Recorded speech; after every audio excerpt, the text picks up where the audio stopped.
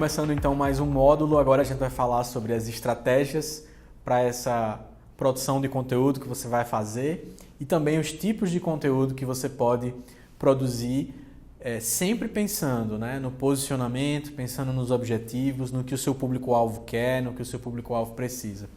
Basicamente, a gente vai listar aqui as principais estratégias e vai falar um pouquinho mais sobre elas, algumas coisas são guarda-chuvas, umas estão dentro das outras, varia um pouco, a gente não vai entrar nesse mérito, a gente vai tentar trazer da forma mais prática, mais rápida para você entender e a partir do que você acha que é mais interessante para a sua marca, posteriormente você se aprofundar através aí de outros materiais que você pode ler nas indicações que a gente vai fazendo por aqui também.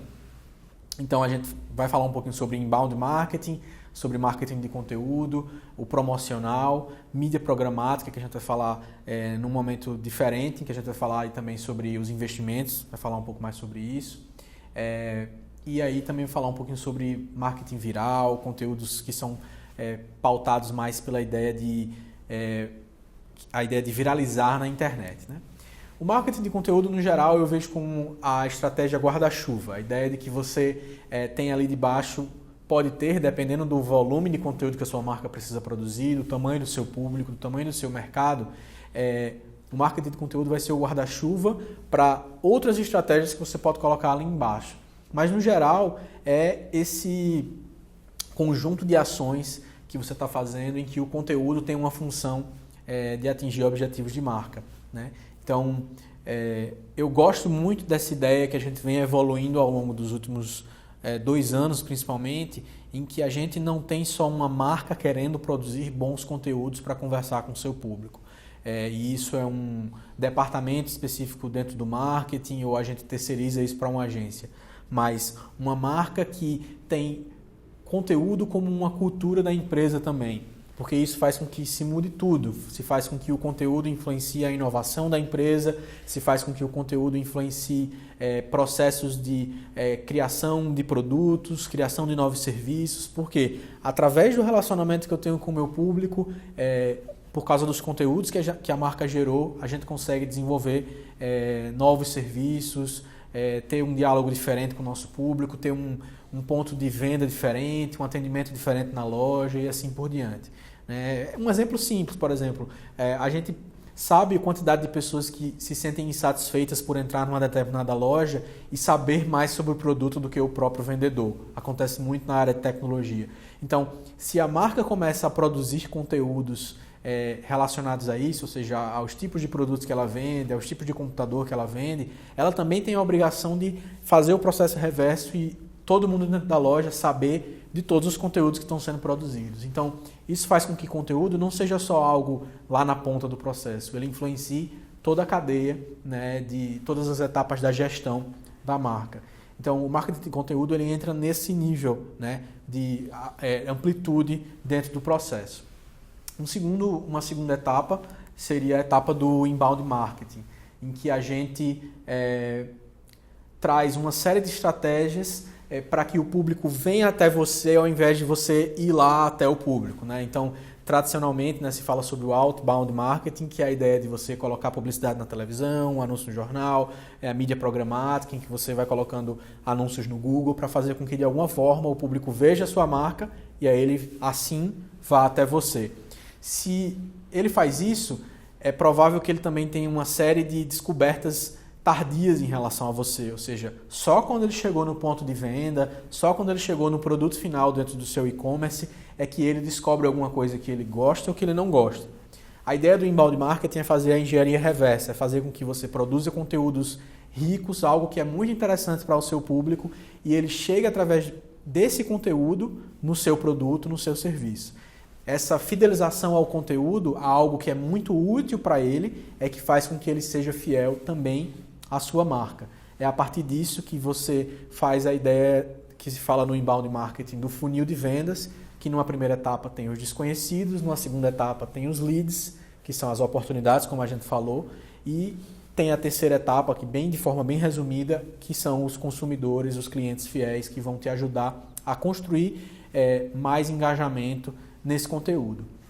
Então, o inbound marketing tem um passo a passo específico, tem um material muito rico distribuído na internet para você entender bem. Eu acho que está até na fase em que já está saturando de tanto material sobre inbound marketing que tem na internet. E o próprio, digamos assim, o próprio inbound marketing, as empresas mais relevantes nessa área estão revendo processos e começando a trabalhar com elementos diferentes para não ficar tão repetitivo, tão saturado. Mas, no geral, o inbound marketing trabalha com estratégias de conteúdo em canais como blogs, o mailing, né, a distribuição de e-mails para o seu público e a automação desses conteúdos, ou seja, quando a pessoa se cadastra para receber um material, ela já recebe um e-mail, recebe um segundo e-mail, é convidada para conferir outro conteúdo e isso vai gerando todo esse processo até o momento em que ela é uma consumidora do seu conteúdo. Um outro elemento importante seria a ideia de uma estratégia de promocional. Basicamente, a gente está falando sobre as ações que buscam um impacto muito mais alto num curto prazo. Né? A gente está falando sobre premiações para seu público, né? Concursos culturais, a ação com influenciadores, ou seja, elementos que fazem com que a marca consiga resultados com muito mais agilidade. Provavelmente essa é uma estratégia que atrai muito mais os olhos do varejo, porque ele precisa de resultados mais rápidos. Né? Então, no geral, a gente está falando de uma ação de conteúdo que permite que você promova um produto, um serviço de forma muito específica. Às vezes, não necessariamente promover os produtos e os serviços, mas promover a marca de modo que você gere atenção ali numa escala muito grande e aí você consiga atingir os seus objetivos de venda. Esse tipo de conteúdo é um tipo de conteúdo que muitas vezes se mistura ainda muito com a publicidade tradicional, a linguagem da publicidade tradicional dentro das mídias digitais. Então, vamos falar aqui, por exemplo, dos vídeos que você vê no YouTube antes de começar o vídeo que você quer realmente ver. Né? A publicidade in-stream, né? True View lá do YouTube. Então, você vê aqueles vídeos, muitas vezes você vê um vídeo e ele é extremamente interessante, ele é contextualizado ao que você vai assistir e você acha interessante. Em outros momentos vem uma super promoção, algo muito direto, publicitário demais para você e você pensa, não sei se eu quero ver isso. Depois que der a liberação ali dos 5 segundos, eu pulo o anúncio. Né? Então, esse é um conflito que ainda existe em relação à estratégia de um conteúdo promocional, né? A mudança de paradigma geral da publicidade para chegar nesse patamar em que conteúdos promocionais são muito interessantes. A gente vai ver mais para frente, né, nos tipos de conteúdo, nas ações que podem ser feitas que envolvem a ideia de algo mais promocional. A gente encontra também a mídia programática como uma estratégia que é possível para você desenvolver certos tipos de conteúdo. A gente está falando especificamente de produzir conteúdos para serem impulsionados. Mas todo conteúdo que eu faço não deveria ser? Não necessariamente. Às vezes o conteúdo que você está produzindo, ele precisa ser mais orgânico. Por quê? Impulsionamentos no Facebook, no Instagram, eles precisam cumprir requisitos específicos de configuração técnica mesmo, tipo a quantidade de texto que tem na imagem, a quantidade de segundos que tem um determinado vídeo, quantos caracteres que tem esse determinado texto que você colocou para rodar no Google, por exemplo. Então, essas características elas são específicas, né, de um conteúdo que vai ser impulsionado via Facebook Ads, via Google AdWords, via Waze, via LinkedIn Ads e assim por diante. Então, essas características elas são voltadas especificamente para quem está trabalhando a compra de mídia com programações específicas, com um investimento específico para atingir os resultados que você quer. E aí, por último, dentro das estratégias, a ideia da estratégia do conteúdo viral, né, o conteúdo de buzz, os memes. É um tipo de conteúdo que, na maior parte das vezes, ele é mais sazonal entre as marcas, mas algumas marcas que são mais ligadas a um universo de entretenimento, né, tipo refrigerantes, ou como a Netflix, que a gente viu, é muito comum utilizar essa estratégia frequentemente. Está bastante ligada ali ao experiencial, né, do tipo de posicionamento que a gente vê e ligado a um público que gosta de consumir principalmente a ideia de uma cultura da internet, os memes da internet, as brincadeiras que são específicas do universo digital. Né? Então a gente vê marcas que tentam produzir justamente esse tipo de conteúdo, um conteúdo que ele é feito para viralizar. Mas viralizar é bastante complicado a gente dizer que ele é feito para viralizar, né? Já que o viral ele é bastante randômico, ele não tem muita previsibilidade. Mas no fim das contas, esse é um pensamento que não deve ser levado tão a sério assim. Existem sim metodologias, os criadores de conteúdo que conseguem emplacar virais com muita frequência, eles falam, olha, eu costumo fazer isso aqui para poder emplacar um viral, então existe sim técnica por trás do processo. Só não quer dizer que você pode contratar um viralzinho, né, como a gente se dizia há um tempo atrás, eu quero um viral para a minha marca. Não é bem assim que funciona. A ideia é de você construir essa base, conteúdos que são mais ligados ao humor, ao entretenimento, a trazer um universo lúdico para o seu público, e aí, em determinados momentos, você vai conseguir também ter um conteúdo que viraliza mais no seu universo, ali, no seu mercado. Pensando nisso, então, nessas estratégias, a gente começa a pensar sobre os tipos de conteúdo que você pode produzir. E aí a gente vai perceber que alguns desses tipos de conteúdo, eles são muito ligados a um tipo de posicionamento, eles são muito ligados a objetivos específicos, ou eles também são muito ligados a estratégias específicas. Então, essa categorização que eu faço aqui é um tipo de categorização não para você colocar numa caixinha o seu conteúdo, principalmente porque você pode produzir mais de um tipo, desde que esteja alinhado com o seu posicionamento, com os seus objetivos. Mas ele serve para você entender pelo menos que tipo de conteúdos que você pode produzir a partir de hoje. Se você quer começar a produzir um conteúdo novo para a sua marca, talvez você possa escolher um desses estilos. Eles vão te ajudar a você ser mais efetivo nos objetivos que você quer ter para a sua marca. Então, o primeiro tipo de conteúdo seria o agregador, o segundo o analista, o tutorial, o promocional e o artístico, né?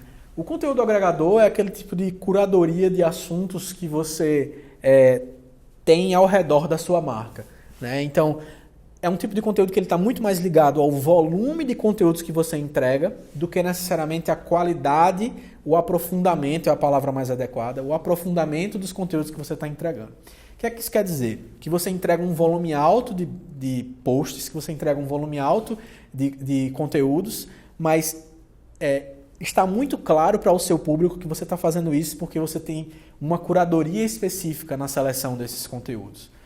Um exemplo prático disso é o Jovem Nerd que está rolando aí na nossa tela. O Jovem Nerd ele é uma marca hoje que começou com uma produção de conteúdo sem pretensões comerciais e ele vinha ali fazendo essa curadoria. Piadinhas em relação à cultura pop, depois evoluiu para os podcasts e eles começam a falar sobre certos assuntos.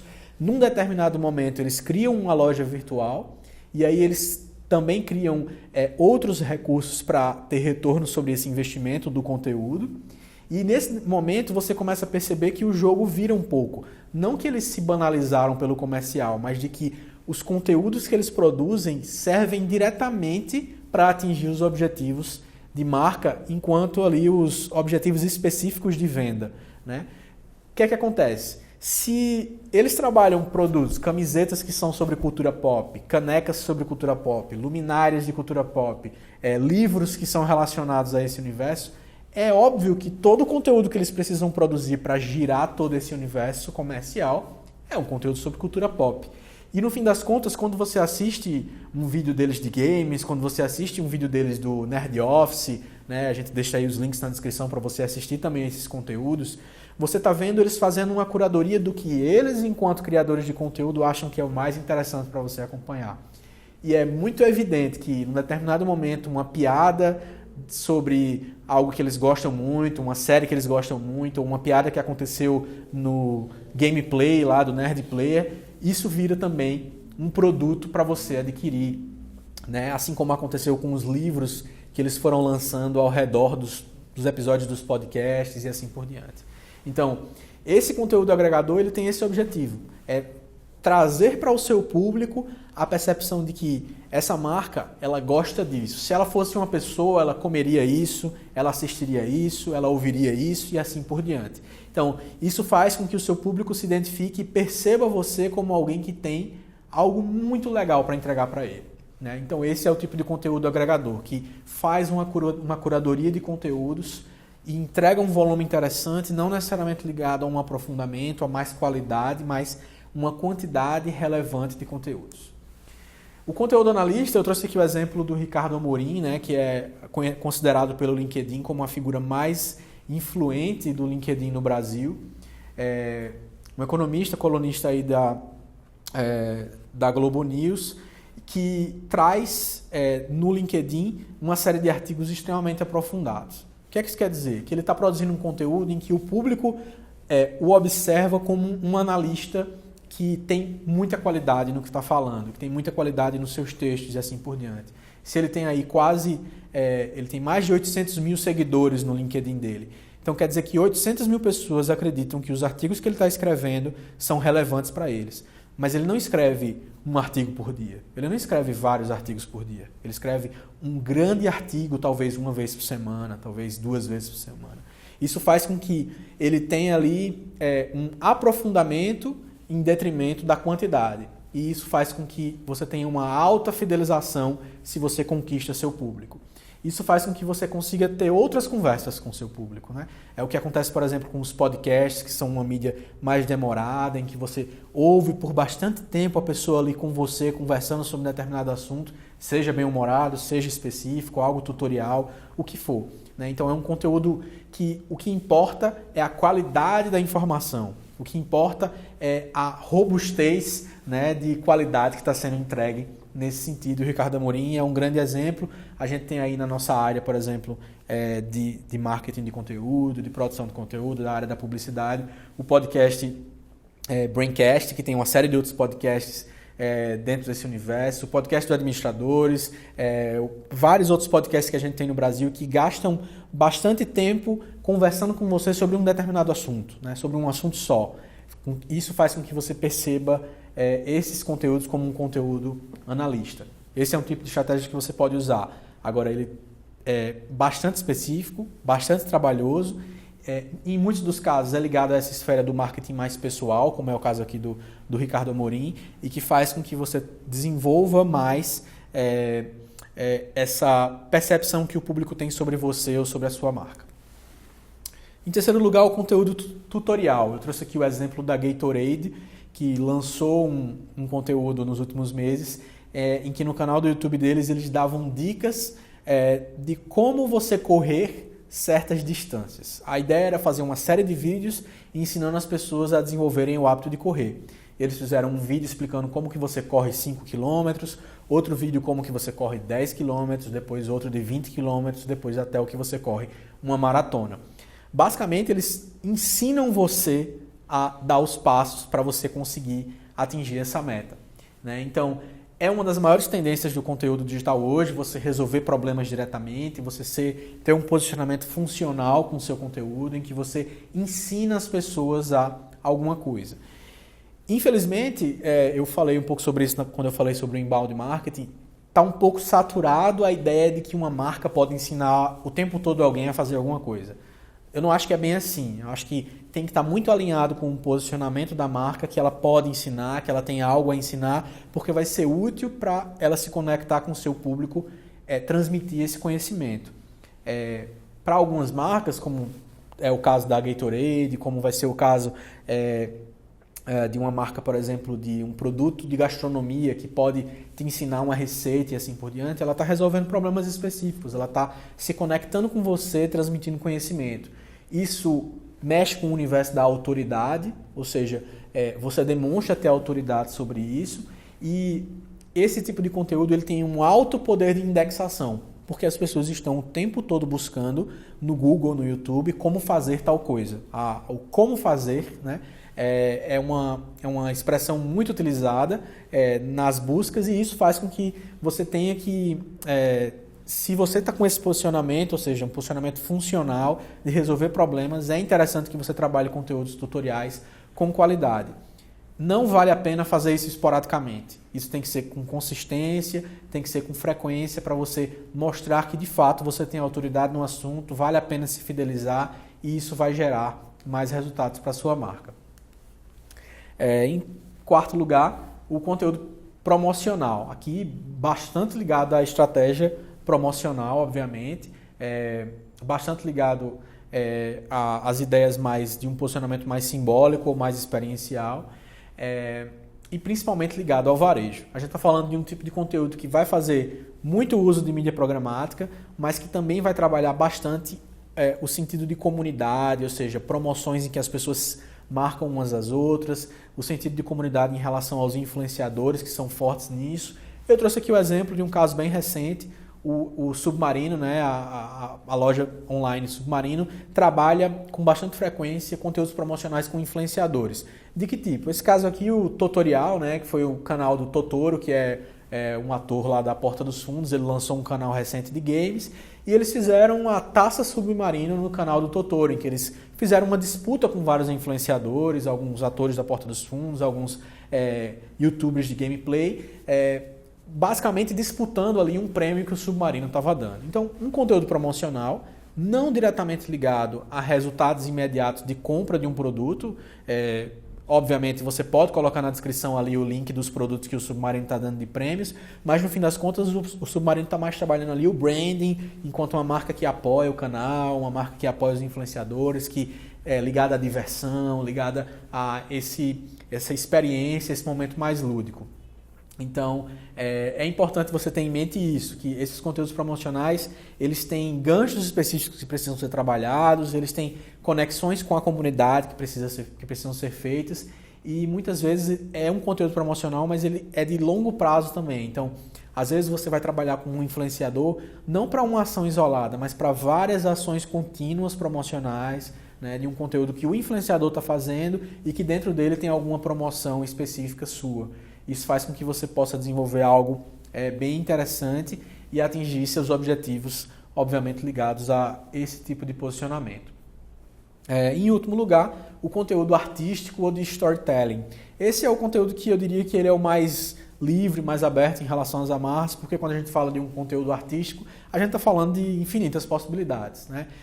Um ilustrador, por exemplo, que está postando seus desenhos no Instagram, ou um produtor de vídeos que coloca seus vídeos no Vimeo. Isso são conteúdos artísticos que você pode trabalhar objetivos específicos, tentar conquistar novos clientes e assim por diante, e dá para você trabalhar isso com qualidade.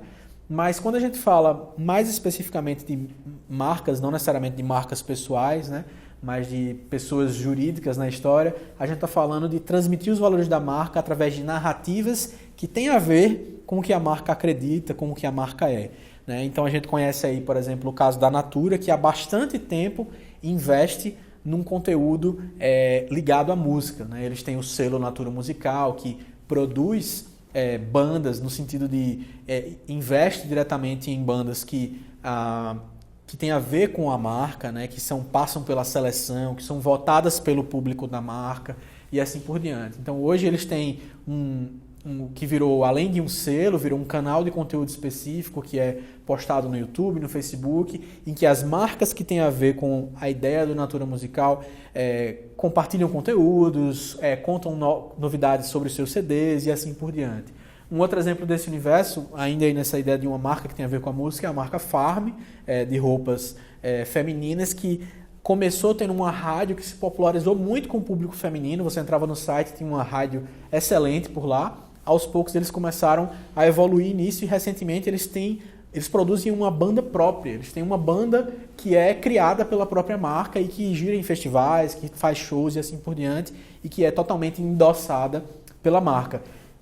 É dessa forma que se pode trabalhar um conteúdo artístico só produzindo artisticamente alguém? Não. Você pode criar um conteúdo ficcional, como foi o caso da BMW, de marcas de carro ou marcas de cerveja, que criam conteúdos que são conteúdos ficcionais, contam alguma narrativa, ou não são ficcionais, são documentais, mas que criam alguma narrativa que tem a ver com um valor que a marca quer transmitir, né? Esses conteúdos, obviamente, são bem mais trabalhosos, bem mais caros, são campanhas que trabalham algo mais ou menos de médio prazo, né?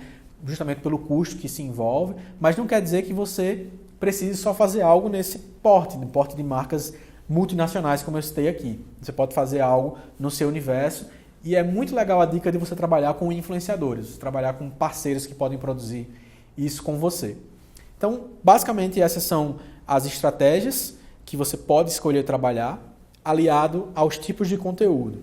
Então, a gente já viu um pouco sobre o posicionamento, os objetivos que você tem, os interesses que seu público-alvo tem, e essa é a hora em que você começa a definir, né? Qual estratégia que vai ser mais interessante? A partir do que você definiu como posicionamento, seus objetivos, e a partir dessa estratégia, que tipo de conteúdo que você pode produzir.